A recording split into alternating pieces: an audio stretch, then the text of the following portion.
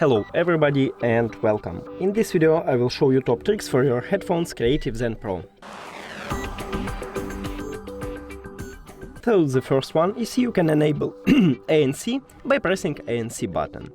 And as you can see, I enable ambient mode, and if I press again I will enable ANC mode. Also, you can choose a level of ANC, so if you don't need full potential, you can just choose minimum or maximum if you like it. The next one, you have a lot of equalizer preset, we should enable it, and as you can see you have a lot for games and like normal presets like hip hop or pop. And the last one, you can enable energy saving mode or disable it, and audio prompts.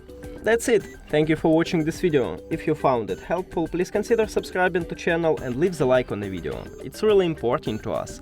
See you later.